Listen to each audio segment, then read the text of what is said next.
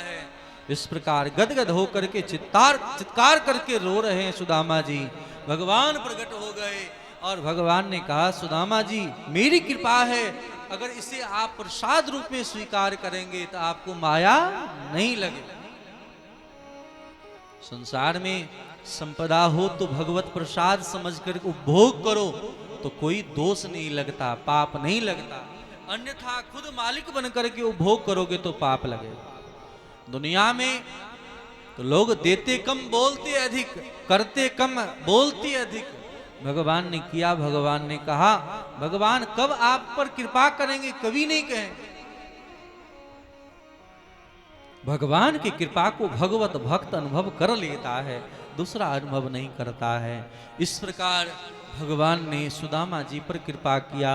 इसलिए हे परीक्षित जी महाराज, उन भगवान का ही स्मरण करते हुए अपने मन को उनमें लगाना। हे देव हे दैत्य हे भुवनैक बंधो, हे कृष्ण हे चपल हे करुणैक सिंधो, हे नाथ हे रमन हे नैना विरामम, हा हा कदान भविदास्मि पदम दिशोर में। उन भगवान को छोड़ करके किसी की शरणागति ग्रहण ना करो।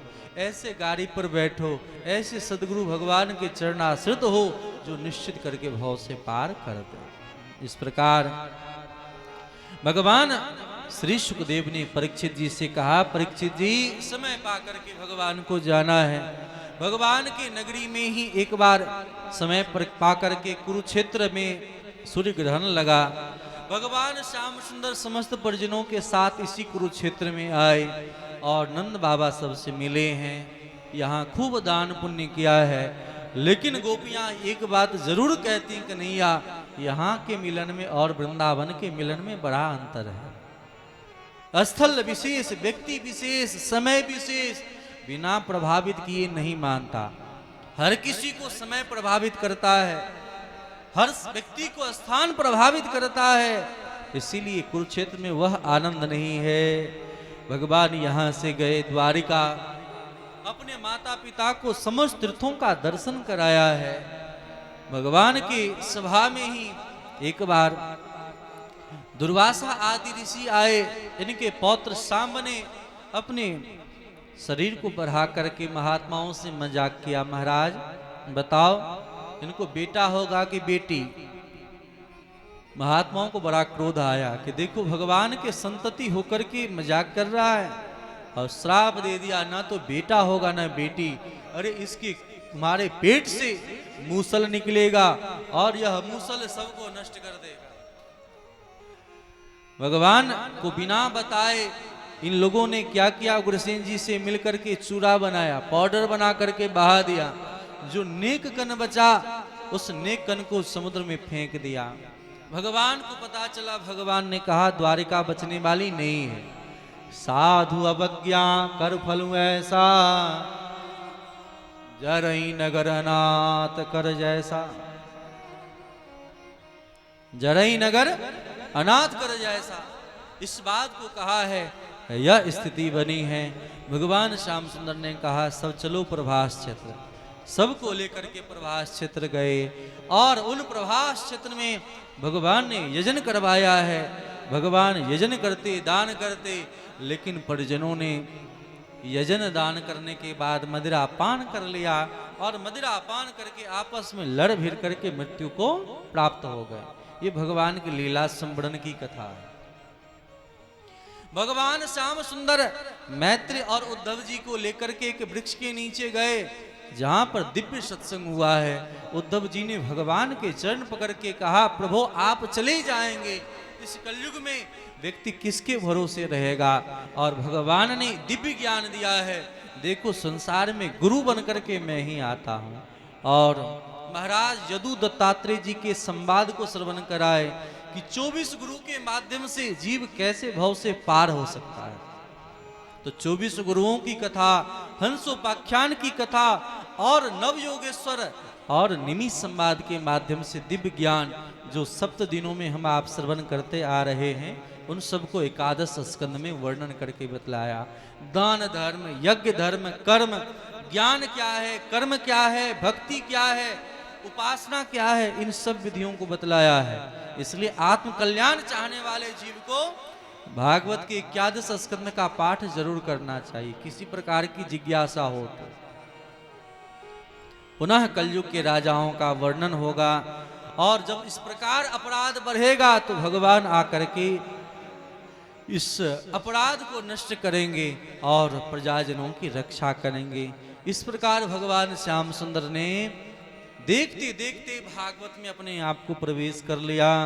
बोलिए श्रीमद् भागवत महापुराण की जय हो। बहेलिया ने हिरण समझ करके बाण चलाया, वही बाण जाकर के भगवान के चरणों में लगा, और चरणों में लगा भगवान श्याम सुंदर। भगवान श्याम सुंदर उस बहेलिए को भगवत धाम प्राप्त करा करके देखते देखते प्रकाश पुंज बन करके समा गए। वही भगवान इस कलयुग में साक्षात जगन्नाथ भगवान बन करके पुरी में विराजमान है। बोलिए श्री जगन्नाथ भगवान की जय हो। भगवान की रूप में लीन हो गए।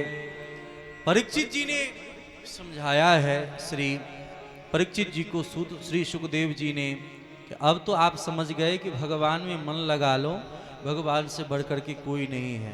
अब मर जाओगे यह बात मन से निकाल दो, संसार में कोई मरता नहीं है। ये मरना पशु बुद्धि है, पशु बुद्धि में माम जही, कोई मरता नहीं है। नैनम चिन्नन्ति शस्त्राणि नैनम दहति पावकः। इस बात को दृढ़ता पूर्वक समझ लिया। गुरुदेव अब आप चले जाएंगे, मैं आपसे बार बार वंदन करता हूँ, गुरुदेव किसी भी योनि में जाऊं, गुरुदेव आशीर्वाद दो, किसी संत महत जन का अपराध ना बने। देखो भगवान का अपराध करोगे तो माफी मिल जाएगी, लेकिन संत का अपराध करोगे तो माफी नहीं मिलेगी। किसी महत जन का अपराध ना बने। श्री सुखदेव जी ने आशीर्वाद दिया, नहीं चाहते कि मेरे सामने इनका शरीर शांत हो। आज खूब आशीर्वाद दे करके आज पूजन कर रहे हैं। श्री जितने संत मुनि महात्मा हैं सब खड़े हो गए। देखते देखते परीक्षित जी ने सुखदेव जी का पूजन किया। बोलिए श्री सुखदेव भगवान की जय हो। भगवान सुखदेव को प्रणाम करने के बाद जैसे सुखदेव जी का आगमन हुआ था, वैसे सुखदेव जी महाराज यहाँ से प्रस्थान कर गए। और सुखदेव जी के जाते ही परीक्षित जी की सुरक्षा में समस्त सैनिक आदि लग गए। कलयुग का प्रभाव बढ़ा है, तक्षक आ रहा है डसने के लिए। परीक्षित जी महाराज भगवान के ध्यान में हैं, सप्तम दिवस है, वह तक्षक आए, इतनी सुरक्षा है, पता चला कि हम जा नहीं सकते, तो कश्यप नाम के मुनि के पास गए और एक फूल दे करके कहा जाओ राजा को दे दिया। और वह फूल जैसे ही परीक्षित जी महाराज के पास पहुंचा, देखते देखते परीक्षित जी के शरीर से एक दिव्य पुंज निकला। देखते देखते महान विस्फोट हुआ और परीक्षित जी महाराज का सदगति हो गया। बोलिए परीक्षित जी महाराज की जय हो। परीक्षित जी महाराज अपने मन को भगवान में लीन कर लिए थे, लेकिन इनका पंच महाभूत का जो स्वरूप है, शरीर है, भस्म हो गया। इनके पुत्र जन्मेजय जी को बड़ा कष्ट हुआ। अनेक सर्पृष्टि यज्ञ कराया और कहा संसार में जहां कहीं भी सर्प हो सब मृत्यु हो जाए। इन यज्ञ को करने से सब दुखी हो गए। बड़े बड़े सर्प मारे जाने लगे। अंत में आस्तिक मुनि के चरण में गए। तक्षक इंद्र के सिंहासन से लिपट गया और ब्राह्मणों ने जैसे ही मंत्र पढ़ा, इंद्र का सिंहासन नीचे गिरने लगा। उनकी यह स्थिति देख करके आस्तिक मुनि ने रोका, राजन ये क्या कर रहे हो? और उस समय उस यज्ञ को रोका गया है। आज भी अगर सर्प का भय लगे तो आस्तिक मुनि का नाम लेना, आस्तिकाय नमः, आस्तिकाय नमः, आस्तिकाय नमः कहना चाहिए, सर्प भाग जाता।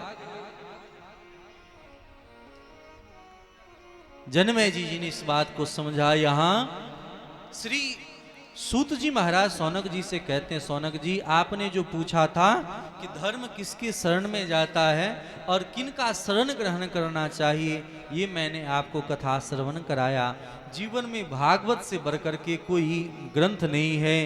इसलिए ये न किन प्रकार से हम सबों को भागवत धर्म का अनुसरण अनुगमन कर